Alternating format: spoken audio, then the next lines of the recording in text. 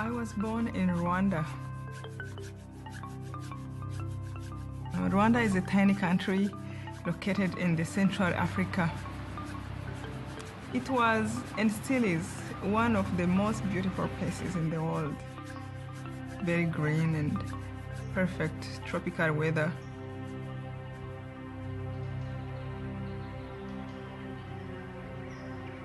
My village was in Kibuye.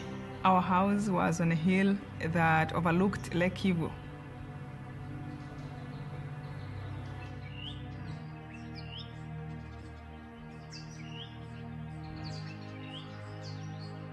My mom and dad were teachers.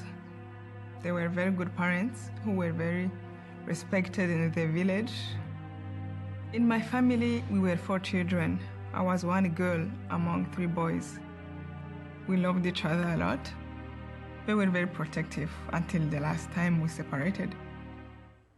There was a rebellion going on, an ethnically based rebellion in Rwanda. Right after the holiday, I had an exam, really an important exam. The regime in Rwanda that was responsible for the genocide was a criminal regime. It operated according to the logic of criminal gangs. So I wrote to my parents and I told them I wanted to stay in school to prepare for my exam. And the aim of the military dictatorship was to preserve power by eliminating that rebellion. My father said, "We miss you, and you have been away so much, away from us." So I went home. Easter vacation that year changed everything in my life.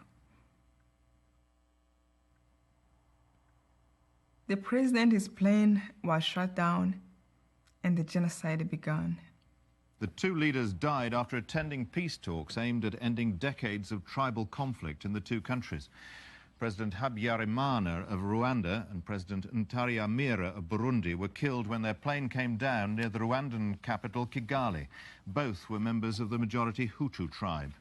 When the president's plane was shot down, it just was chaos. Within less than an hour, you started to hear the gunfire in your own neighborhood, right up close to you. Before, it was always kind of far away, and it's like it just spread everywhere.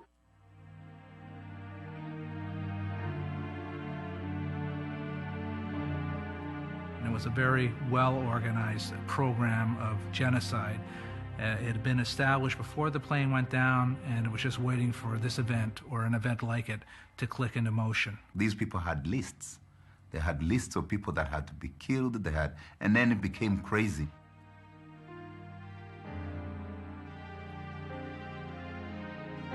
And I remember my father telling me, "We are worried that you might get raped, and we are worried that we can't help you." They were going home to home, neighborhood to neighborhood, breaking down doors, hacking people to death. Some of the names of Tutsis were being broadcast on the radio.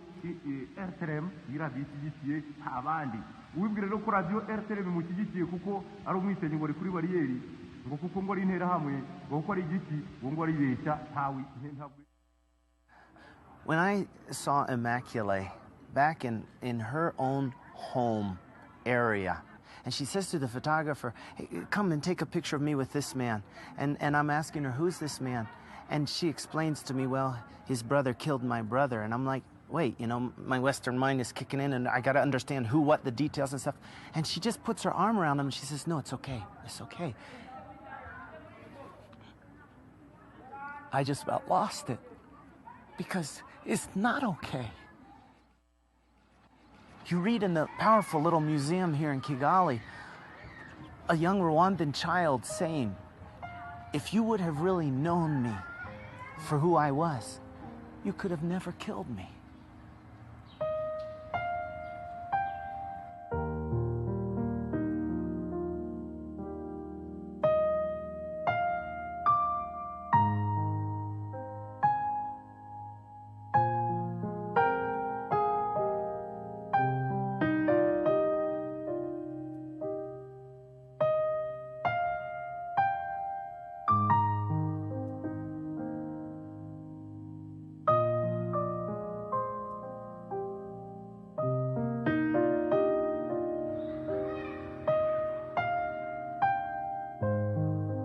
When I think about heroes here in Rwanda, I think about people like Immaculée, who are willing now to share what life is like, going back, touching on it, exploring it.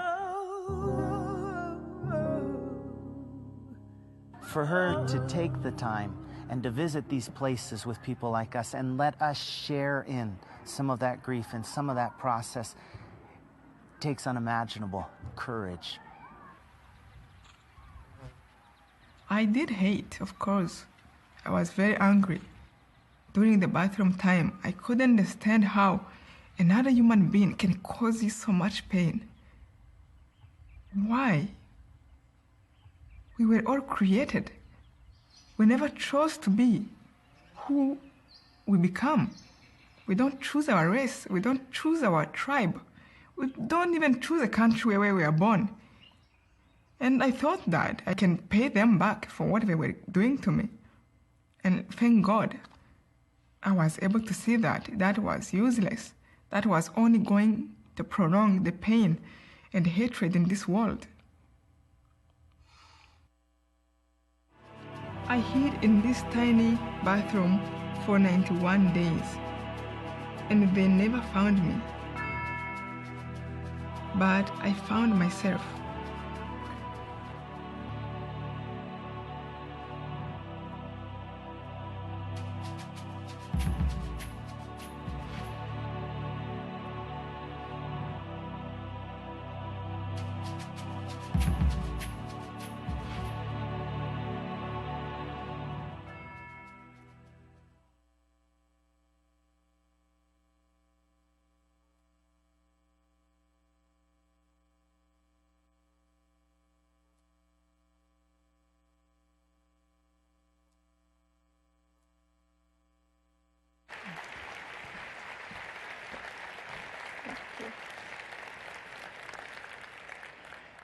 Thank you so much for having me. Thank you for inviting me to share my story with you. It is really a joy to be among people who give hope to people. You know, anytime I was looking for a job, I know how important it was. You are very important. And you know, I still remember that through the whole genocide, among the lessons I learned was really to learn to know that my part matters, to have faith, to know that I have to make the first step. And somehow, sometimes I have realized when I was looking for a job, I have to remember those lessons I learned in the bathroom. I had to do my part, even when things seemed impossible.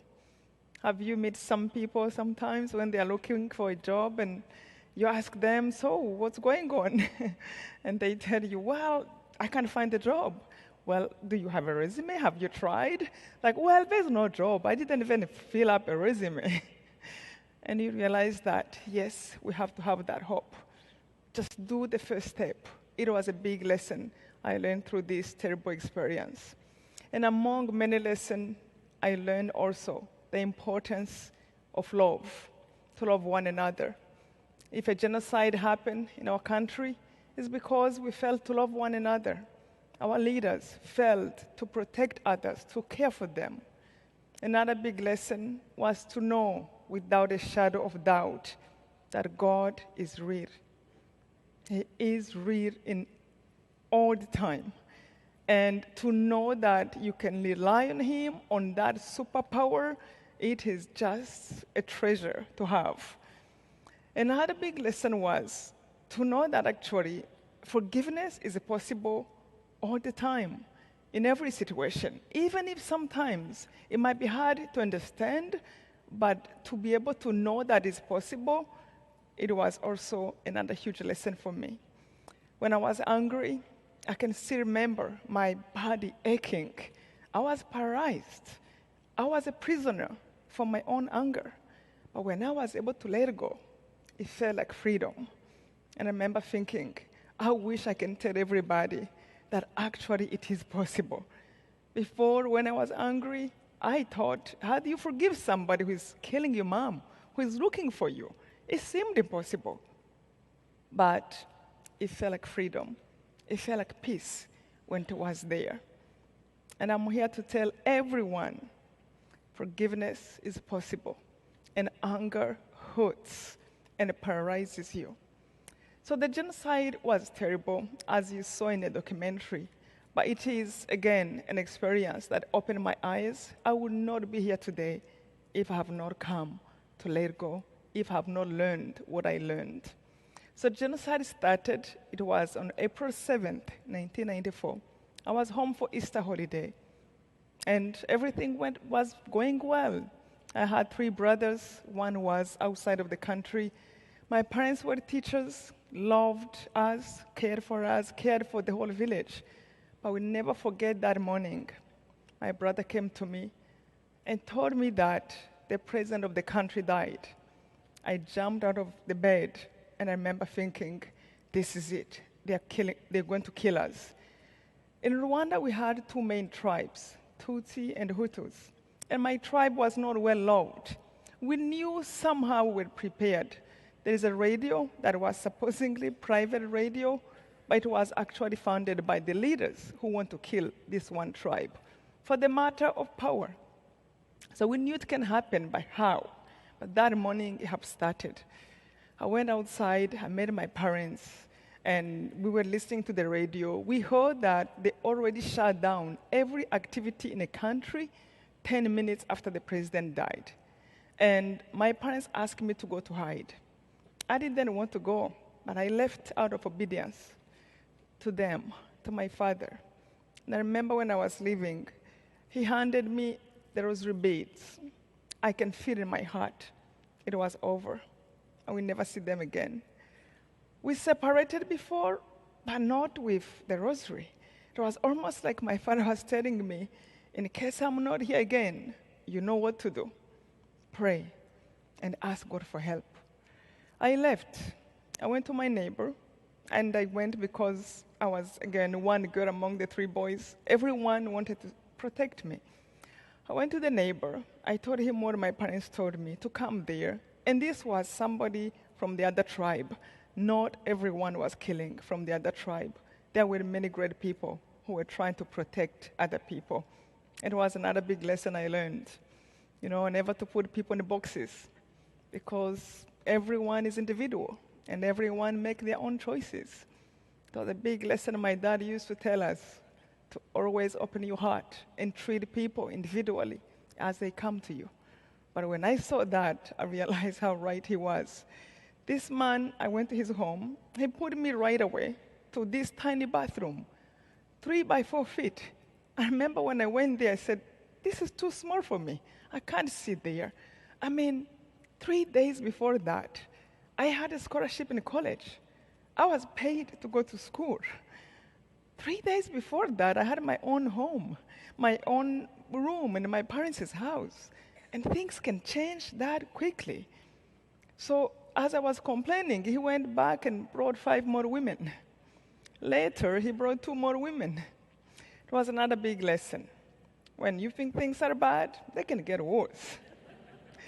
But we had to feed 8 people in 3 by 4 feet. The youngest was 7 years old. The elder was 55. He told us not to talk to one another, not to make any noise, not even to flush the water of the bathroom until somebody is flushing the water in the next bathroom. He told his children that he lost the key of the bathroom. We sat there.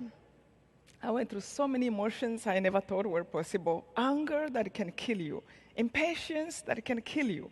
All these emotions there you never thought you had. And I remember one time he came to give us food. I asked him to put a radio outside, and I couldn't believe what was going on in the country. The leaders who used to tell us to love one another, they were calling people to kill everybody of my tribe. I remember one government minister said, do not forget children. A child of a snake is a snake. A child of a cockroach is a cockroach. So they killed people who ran to churches, to stadiums. And it was for us. They started searching home by home. Every village, they have 300 to 400 people going every day. But that was also a time that changed me. When things are not so bad yet, you really don't learn yet. And I remember the time they came to search our home. I felt them out, I heard them outside of the bathroom. This was a 4-bedroom house.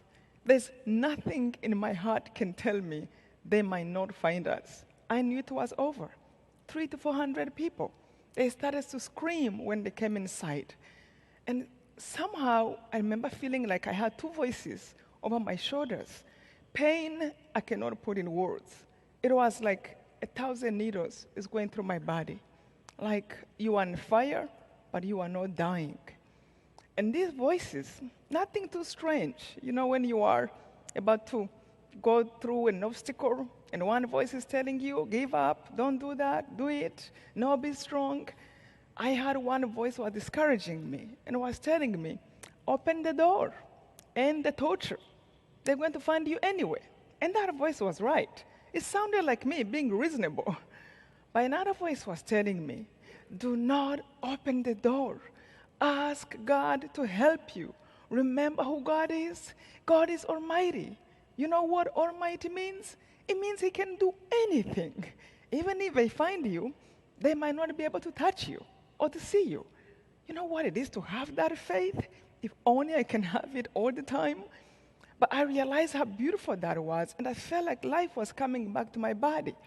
But that voice convinced me there's no God. And I really wanted to open. I was confused. But somehow I remember asking God with every cell of my body.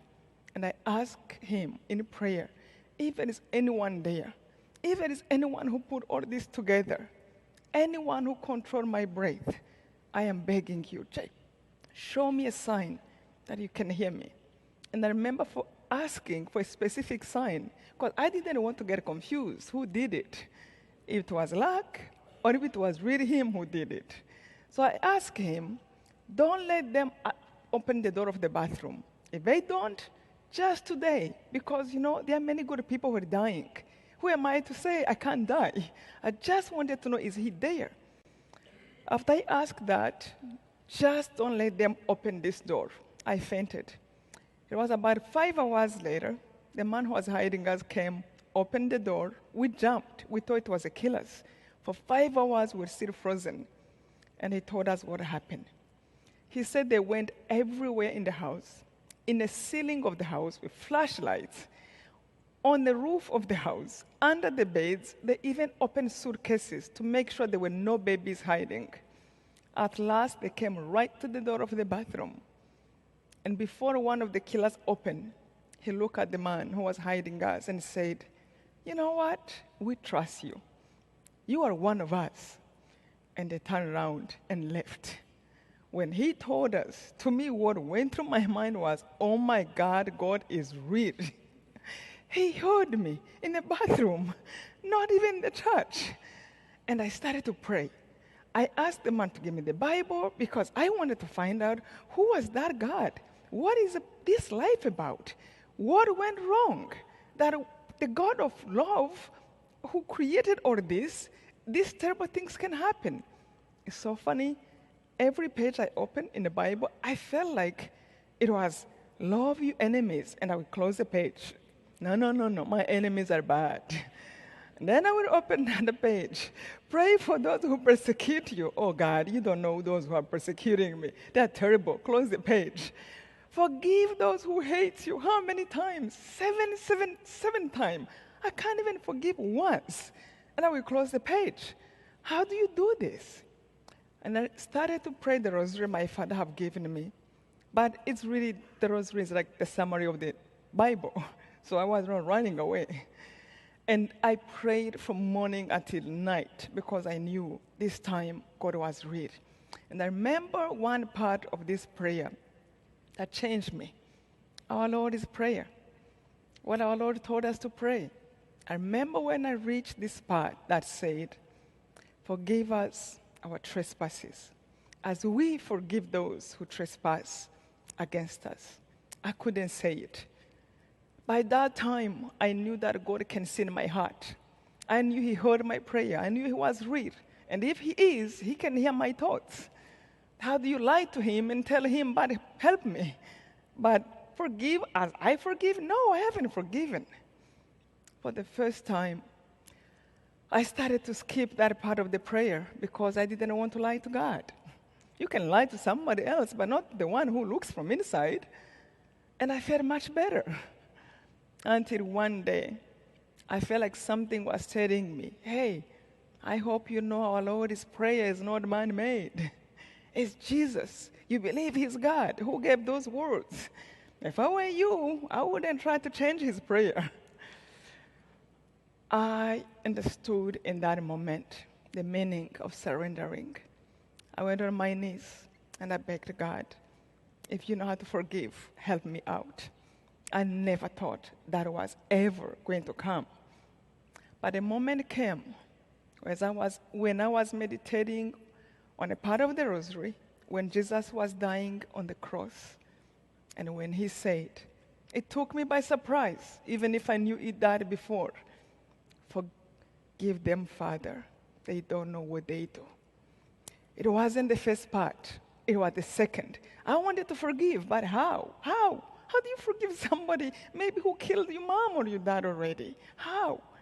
They don't get it. I feel like Jesus was telling me, people are trying to kill you. They don't even measure the consequences that will come on them. And that for all of us. When we hurt people, when we act selfishly, when we kick them to get our way, there is always consequences coming soon or later. And I felt like he was making it clear. Those who are hurting you, they will not be able to live with their own consciences for what they have done. Let them go. You don't have to be like them. It was almost like the world was divided in two parts. All of a sudden, there is a part of love and there's a part of hate. And on the part of love, there are people like Mother Teresa, people like Mandela, people like Gandhi, people who have suffered. But no matter what they suffer, nothing will change their mind. They will stand for truth, they will stand for love, they will stand for peace.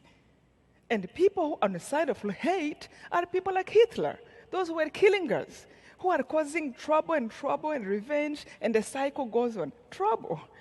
And I felt like Jesus was asking me, where do you want to be? With Hitler or with Mother Teresa? And you cannot be on both sides. We cannot have hate and love in the same heart. We had to choose. It was that time when I saw it clear. Of course, I admire Mandela. I admire Mother Teresa. These are the people I think are strong, who did the right thing. And when I moved to their side, I was in a good company. It was like a huge luggage was lifted. I wanted to be like them. I wanted to spread peace. I wanted to say, this is stronger. I wanted to move people from here and change their mind as I was changing to come on this side. It was then I felt, this must be what they call forgiveness, the peace I'm feeling, the freedom to dream. If you read my book, Left to Tell, I started learning English when I was still in the bathroom. Because when the anger was gone, this force, this sickening force in my heart, in my head, in my mind was occupying my mind. When it was gone, I was left with a question. Now what do I do with my life? Since I'm not angry anymore, I had to learn English just in case I might have to find a job with people who speak English. I had to think about my future. How do I take care of myself? And the girls thought I was going crazy, but it was so clear. So funny, actually. The English I learned in the bathroom, I had to read a book in English. I asked the man to give me, and a dictionary English-French, using one word per word and going to check the meaning of it. And it's so funny. Every phrase I memorized in that bathroom, 3 months later, I found myself sitting in an interview with United Nations, exactly being asked the same questions in English. What's your name? I'm like, I know that question. I already host in the bathroom. And it really, it's amazing how we can be prepared. But all that, it was really because the anger was out. We ended up staying in that bathroom for 3 months. The very first time I came out, I was hoping that maybe some members of my family are still hiding. as I was, but I found out everybody was killed. My mom was killed, my dad, my two brothers, my grandma, my grandpa, my neighbors, my schoolmates, my friends. It was like end of the world. 1 million people was killed in a period of 3 months. Rwanda is the size of Maryland state. You can cross the country in 6-8 hours. Everywhere was dead bodies. And a part of me was calling me, die, crash. What do you do when you see this, when you have nobody? But there was a strength in me. I felt like God was holding my stomach and my chest and was reminding me, don't crash, don't die. I am with you. The journey of your loved ones is over here, but not over there. But yours is still here. And it is up to you how you choose to deal with it, how you choose to use it.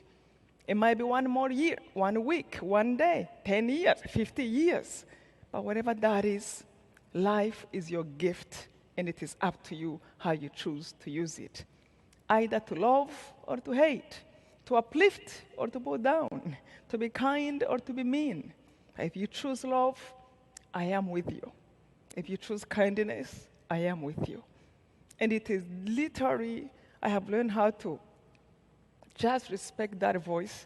I will wake up in the refugee camp and start looking around. Somebody I can give help, just in case that will be my last day. And that became the motivation of my life. I really think I live happier than when I thought I had everything. Because I don't know when it's going to end. Like again, that moment, it can be 1 more day for all of us. We take it for granted, but we don't know how long we live. But whatever life we have, we can choose to really live it joyfully, take advantage, do something good. So when you lay down at night, you can say, I have contributed. I have done something kind. I have helped somebody. That what gives me my joy. That what helps me to be alive and to hope that one day I can see my parents. I can meet my brothers again. And before I leave, I want to remind you, I know many times we speak to a group, and it is a group, but everyone is individual. And we all have our own experiences. We all have our own troubles, our own obstacles we face. Please, from my heart to yours, no matter what happens to you, remember there is always hope. Don't give up. Keep pressing and love every minute of your life. It is your gift. It is up to you how you choose to use it. And lastly, if I can forgive, anybody can forgive. Thank you so much for having me.